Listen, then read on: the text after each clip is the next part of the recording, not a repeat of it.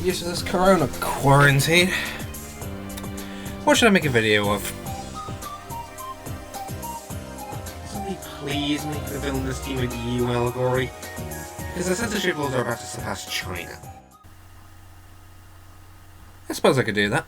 The things that you conceal, they can't hide you. The things that you reveal, they can't guide you. What you thought was real is just a lie too. If you can't find the truth will find you. The things that you detest are deep inside you.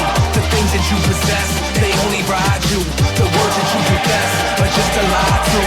The only way to find the truth is to find you. Yeah, they can't hide you. Remind me again, what did PJW say about the 38-year-old consumer? May I offer an opinion? Truth be told, I am a simple man. I like gaming. I like politics. I like analysis of ideological, philosophical and political circumstances in all forms of media, so long as it's not woke. So when heads turn to something like Pokémon, we don't generally spare these political ramifications much thought. So that's where I come in.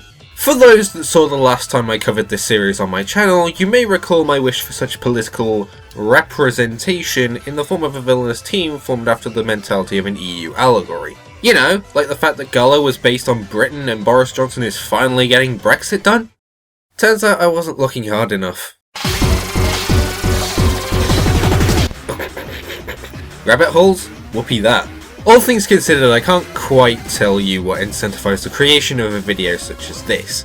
Is it the fact that I've been procrastinating for months?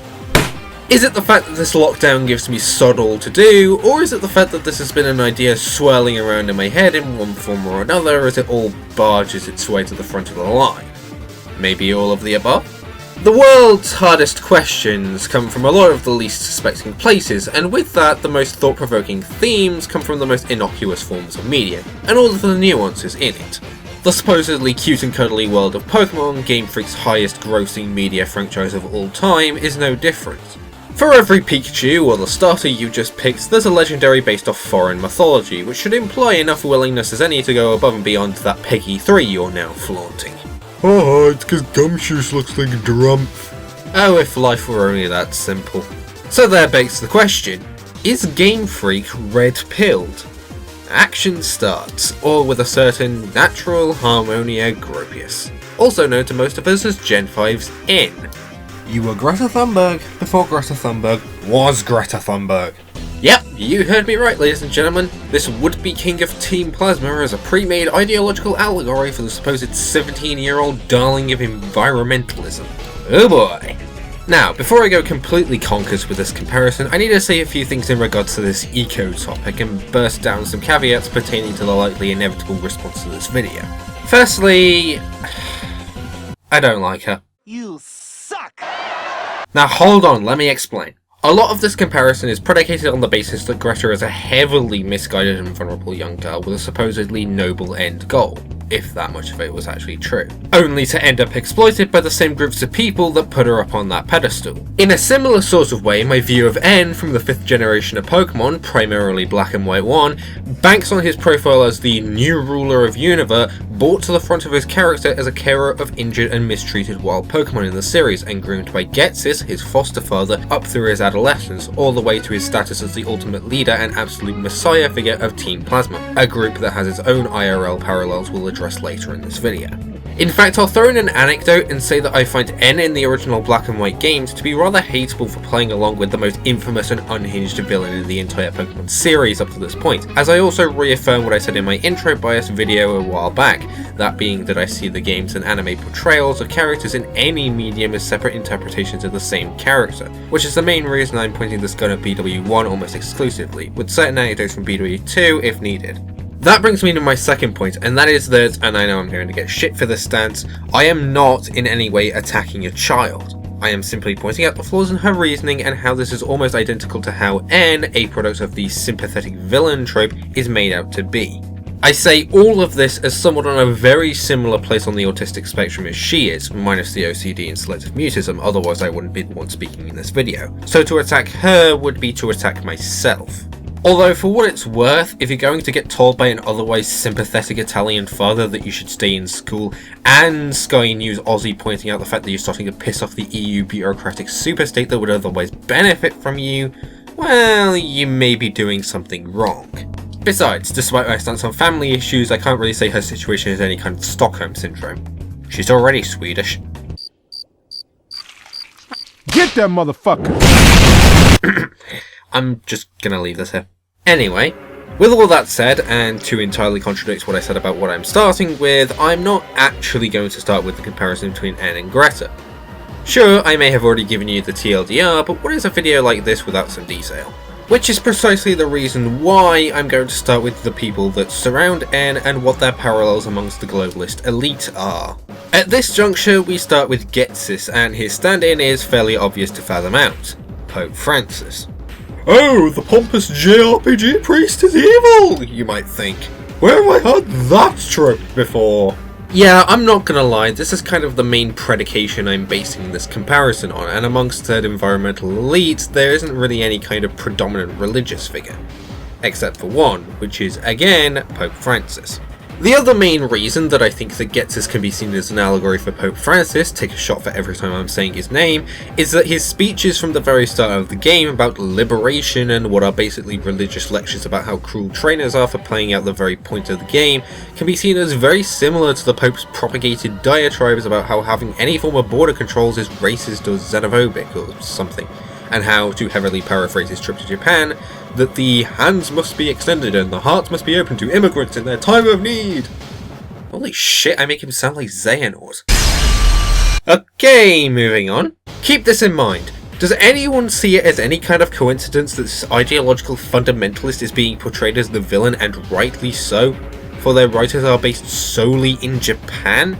As Black Pigeon Speaks points out, the Japanese on Twitter soundly rejected Pope Francis and his woke speeches about globalism and multiculturalism that would radically change Japanese identity to the point of being unrecognizable. Similarly, Ghetsis' speeches about Pokemon liberation would strip the locals of what few forms of defense they have, as N goes on to defeat Alder, the champion, and the closest thing Pokemon regions have to some kind of governmental authority, all with the ultimate goal of tyrannizing the region.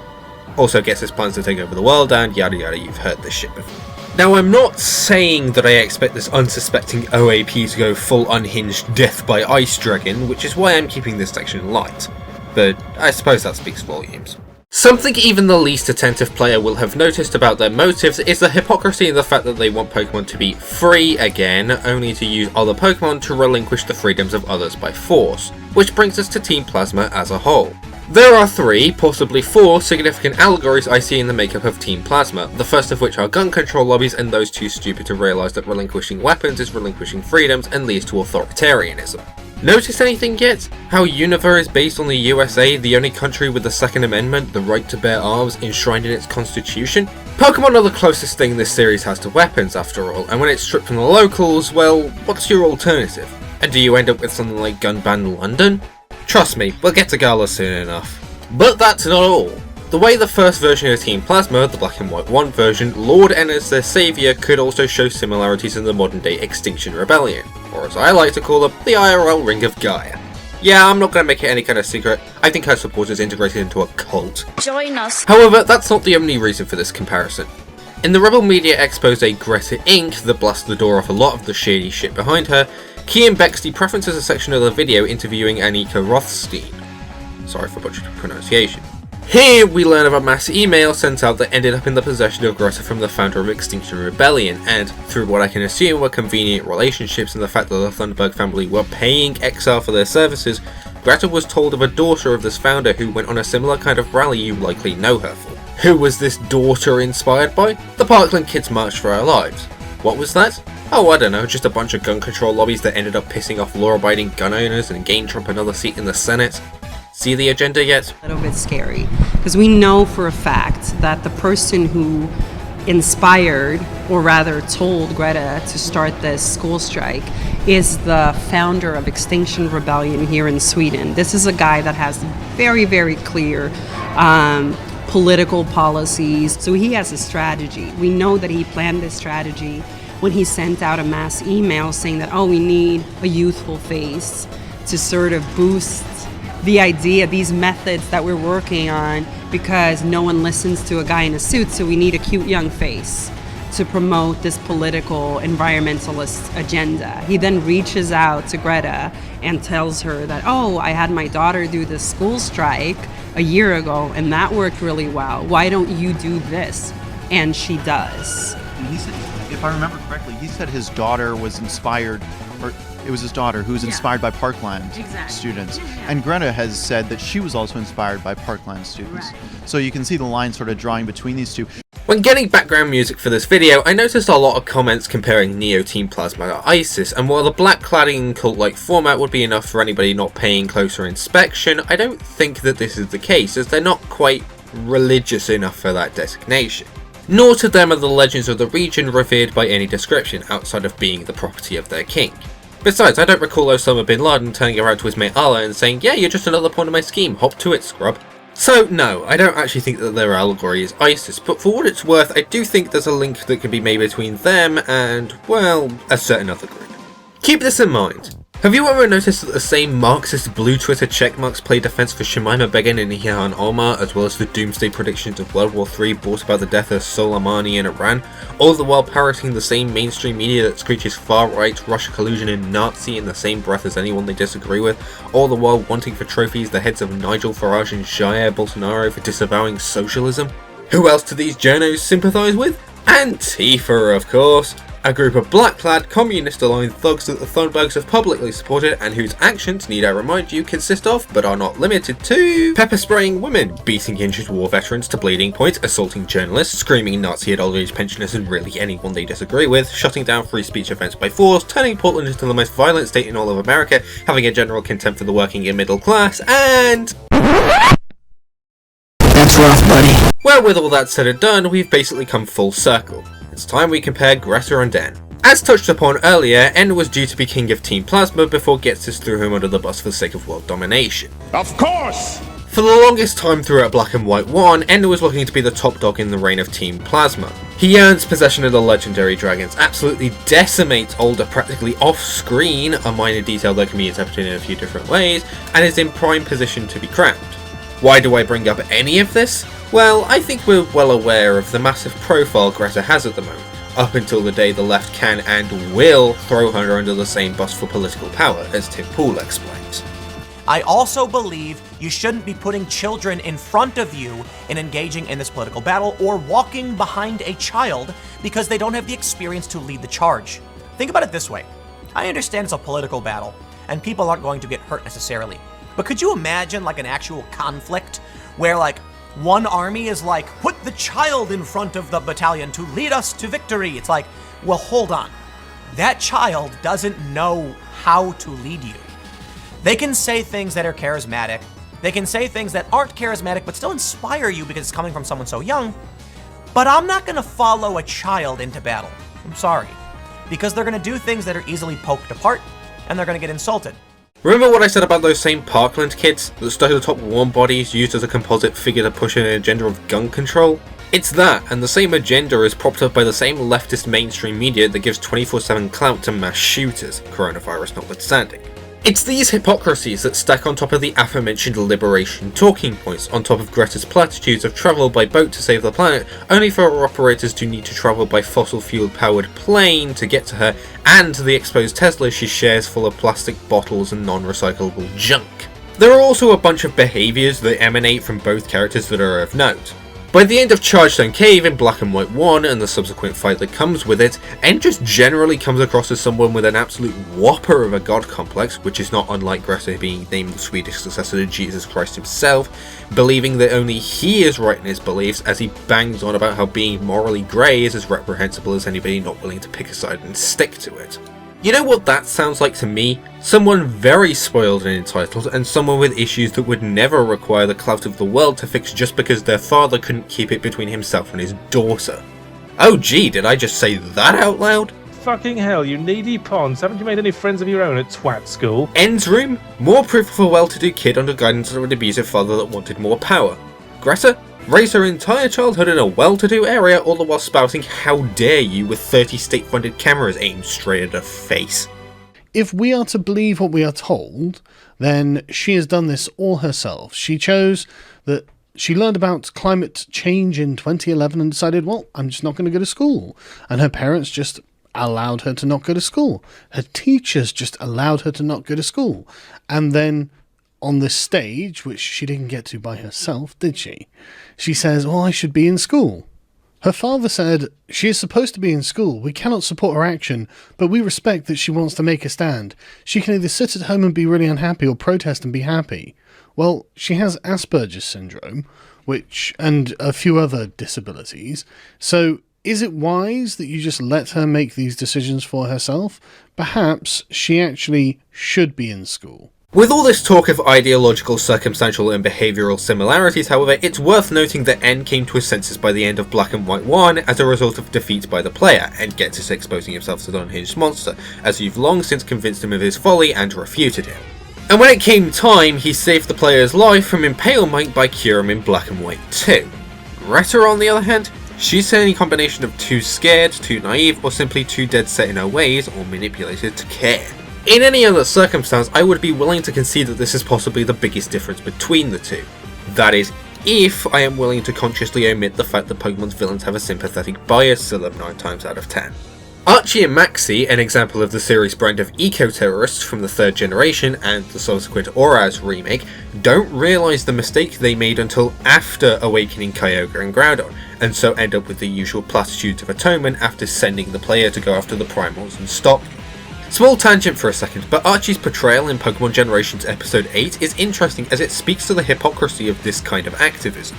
Yeah, I'm actually willing to look past the fact that he yeets the blue orb off a cliff to reawaken Primal Kyogre, the thing he needed to control it, if it wasn't accompanied by his monologue about people being selfish and having views and desires of their own, all wrapped up in the irony of the fact that it was his idea to form Team Aqua and reawaken Kyogre in order to stop those people and return the world to his misguided view of a utopia. Other examples of Pokemon villains having sympathetic tendencies include Cyrus and his ultimate ideology of exposing what is described as a perfect world bereft of abstract concepts like spirit or emotion. Sure, his platitudes are mumbled as vaguely as the actual alt-right tiki torch carriers that the corporate media has ironically given more of a platform to than any actual conservative has, but then you tilt your head, look at the clown world order we live in and think, well, he had a point. Hell, even Giovanni, as generic thugs as Team Rocket were, he at least had the common courtesy to acknowledge you are stronger than him at every avenue, and disbands Team Rocket as a result. Going back to Gen 5, there's an interesting part worth mentioning when rounding up the 7 sages post-game, that being from Rude standing on Route 18, who mentions N's underdeveloped ability to understand emotion, and even admits his ideology is flawed, all exemplified further by the fact that Rude stays on the side of N in Black and White 2, as Team Plasma and Neo Team Plasma splinter off into their own separate militias, as potential jab at the left eating their own, as N is written off as a traitor by the Neos under Ghetsis' demand. Another thing that should be absorbed through osmosis to the player by now is how severely one-track N's mind is, highlighted by the Chargestone Cave interaction, his obsession with Pokemon liberation, and above all, the fact that he's salty about the fact that he can no longer become king, all the while realising and acknowledging that his principles have been completely and utterly tarnished. And for what it's worth, there's a lot of this in Greta Thunberg as well, although whether that is because of her place on the spectrum, to which I am a part, dismissing ethos in favour of every other facet of her profile, or she somehow believes in what she's doing is up for debate. More than likely, the former. She's stuck in a bubble. She only sees what's around her. And of course, because she's being sheltered by the media, by her parents, and on some level I get her, I understand her, and I don't want to say that she's a brat or that she's she's way too privileged to understand that the struggle that the protesters on the other side are going through. On our side, we're dealing with the mainstream media shutting us down, with free speech being threatened in this whole climate change debate. But the problem in her thinking is that she's genuinely scared, I think, and so she's letting fear dictate her thoughts on the entire debate, and she's not keeping an open mind to our side. And so truly what I suggest is to everybody listening is just keep an open mind, stay open to the science, even if you think that it's completely ridiculous, and those people are just conspiracy theorists on the other side, and they're just climate change deniers, and they want to ruin the planet. Perhaps not. Perhaps we're not evil. Tot all of this up and the fact that End's presence was ultimately used as a battering ram to corrupt the initial sentiments of liberation, and suddenly Ghetsis isn't just stock Vader of the week when he announces his plot for world domination, nor is N as morally self-righteous as he once was, and ironically becomes as morally grey as he once disavowed. Though you have to wonder, is that him actually developing, or is that just him being an idiot because he realises he shouldn't have been within 100 miles of the guy? Perhaps. What does all of this sound like? The same UN and EU that have utilised Greta for their own ends as they co-opt member states in the world in their own totalitarian image? To say nothing of the actual historical Nazis that have used children as political props themselves? The Nazis, however, like the EU, wanted control over other European nations. Hell, they wanted the whole world. They were National Socialists, after all. And socialists, well, they tend to want other people's stuff. Really gets the old noggin jogging, doesn't it? So, with all of that said about Gen 5's villainous team and Saint Greta's merry band of eco-alarmists, you may be thinking about whether or not the series has accompanied any similar allegories since then. Well, I'm a British-born white male, part Welsh blood, fun fact, so it's only appropriate that we turn to Gala, Gamefreak's interpretation of the land of milk and mutton. As I said at the start of this video, my wish going into Pokémon Sword and Shield was that of a villainous team based on the EU bloc. And while ending up with what were essentially fat K-pop stands weren't really what anyone asked for, looking at the inconspicuously introduced Chairman Rose and his treasury Oleana gave us a potential for the next best thing. So, have you ever wondered what would happen if the Green New Deal turned purple? Trick question. Chairman Rose is the leader of Marcos Cosmos, a group of undercover gym stadium staff you met all of 5 minutes prior. Yeah, even I'm hard pressed to deny that his motives aren't quite as fleshed out as they probably should be. Although, do you think that was the joke? Do you think that Oliver Twist is gonna want more? Come on Josh, this is a red pill video, not the narrative nanny state. Now before we analyse Rose, I'd just like to say that I'm not too preoccupied with his lack of a presence in the story under the designation people predicted he'd be.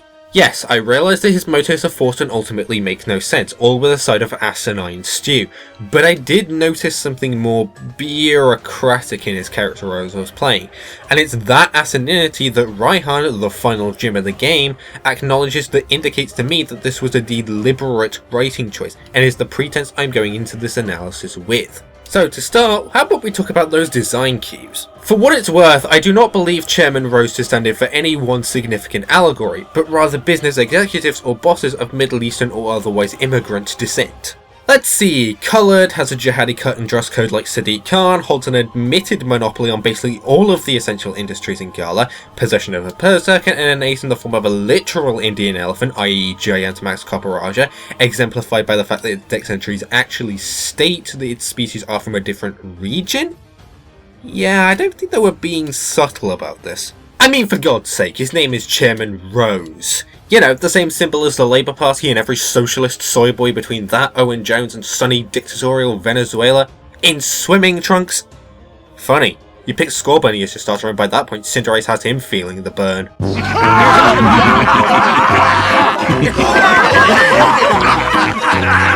That's not all though, as his presence actually affects the behaviour of other characters under his thumb in a few differing ways. Take Leon as an example, as his attempts to reason with Rose atop the battle tower only to turn to the player in the wake of the champion battle and then get scorned on camera for not listening could be a jab at forms of corporate cowardice in the face of abuse. See Dave Cullen's Kowtowing to China video for more on that. Think about it, we joke about where Leon got those Hot Topic sponsors and we don't bat an eye at the fact that Rose didn't just kick him out immediately. And what are those sponsors related to? The region's gyms the size of football stadiums as part of Gala's regional sport. What is football? Oh, only one of the many breads and circuses of sports. The term bread and circuses was coined by a Roman writer when the Roman Republic began to decline and the Roman Empire emerged. The term refers to how the government was able to keep the populace docile and placated by giving them free food and entertaining them with frivolous nonsense like games and staging large spectacles. These were designed to maintain the public's attention and focus, distracting them from things that actually mattered in society. Similarly, the sugar-brain-dead pop culture icons that people obsess about are another means of achieving this. In John Glubb's The Fate of Empires, an essay I will be doing a video review on in due course, he chronicles the late-stage decadence that characterized the fall of great nations and empires. One such example he gives is 9th century Baghdad, which during its decline saw an erosion of sexual morals, an increase in materialism, a rejection of religion, a rise in corruption among politicians, and the public's obsession with the pop singers of the time. These singers, who played a lute, a similar instrument to the modern guitar, became revered for their erotic songs and obscene sexual language. Does any of this sound familiar to you? In layman's terms, Rose kept the region's trainers placated and docile so he could run experiments on Dynamax energy, and eventually reawaken Eternatus in an attempt to run the entire region on infinite energy, only to end up nearly destroying it. Hey, remember what I said about most socialist policies? It's worth noting that the game does try to portray him as misguided for his motive, but given the circumstances I think most of us know that's bullshit. Yeah, let's only give this guy community service for reawakening a monster that can tear holes in the fabric of dimensions. And let's talk about that Darkest Day real quick. As pointed out by Fothel's minion, the Darkest Day spoke of in Gen 8's lore happened 3,000 years prior to the events of the game, an eerily similar time frame to X and Y's war 3,000 years prior to its setting. What was that war standing for? My guess is World War II, considering the scope, body count, and the fact that the villain of Kalos, Lysander, had the ultimate end goal of ethnic genocide. Christ, bro, just because the recipients of the Last Supper died in a T-pose doesn't mean you have to. Still, is there any particular reason that the motive of this time frame is also linked to a character that wants a next day solution to an issue that wouldn't come about for the next 1,000 canonical years? Well, what is the 12-year doomsday prediction pushed by Al Gore, climate alarmist Democrats Ramonas that want to scrub the guilt of the Nazi and claim that we're racist and not humanitarian enough for taking in refugees? The same UN that's got it all wrong at least 5 times before and, well, anything George Soros can get his grubby mitts on? It's all the same thing, with margins blown way out of proportion because video game, on top of a climate that's always changing, as the mild area might attest. Remember when we Homo sapiens were just microbes on a planet that was majority carbon dioxide? Plant food? I rest my case. So, it's time we give a final answer to the question we asked. Is Gamefreak red-pilled? Well, more than likely. There's an evident amount of liberally based politics that developers know well to put in the seat of the antagonist, and some fairly relevant ones at that. That said, the sympathetic slants on many of the generations may take the edge off this theory and a potential indication of bias, or an unwillingness to paint certain views in an outright negative light, sympathies that have been popping up in other forms of media since their inception. Similarly, the fact that Gamefreak is based in Japan, a country that is far more nationalist than many of the West would like to give a go, could indicate limitations on certain worldviews and a one-track mind similar to what's been discussed. I mean, you do realise you can't get further south than London, right guys? Although I do prefer Wyndon's more homogenous interpretation, not gonna lie. Still, centre-right, nationalist, we voted out. This has been Joycap, and I think we're done here. Now, if you'll excuse me, I have a goat to shiny hunt.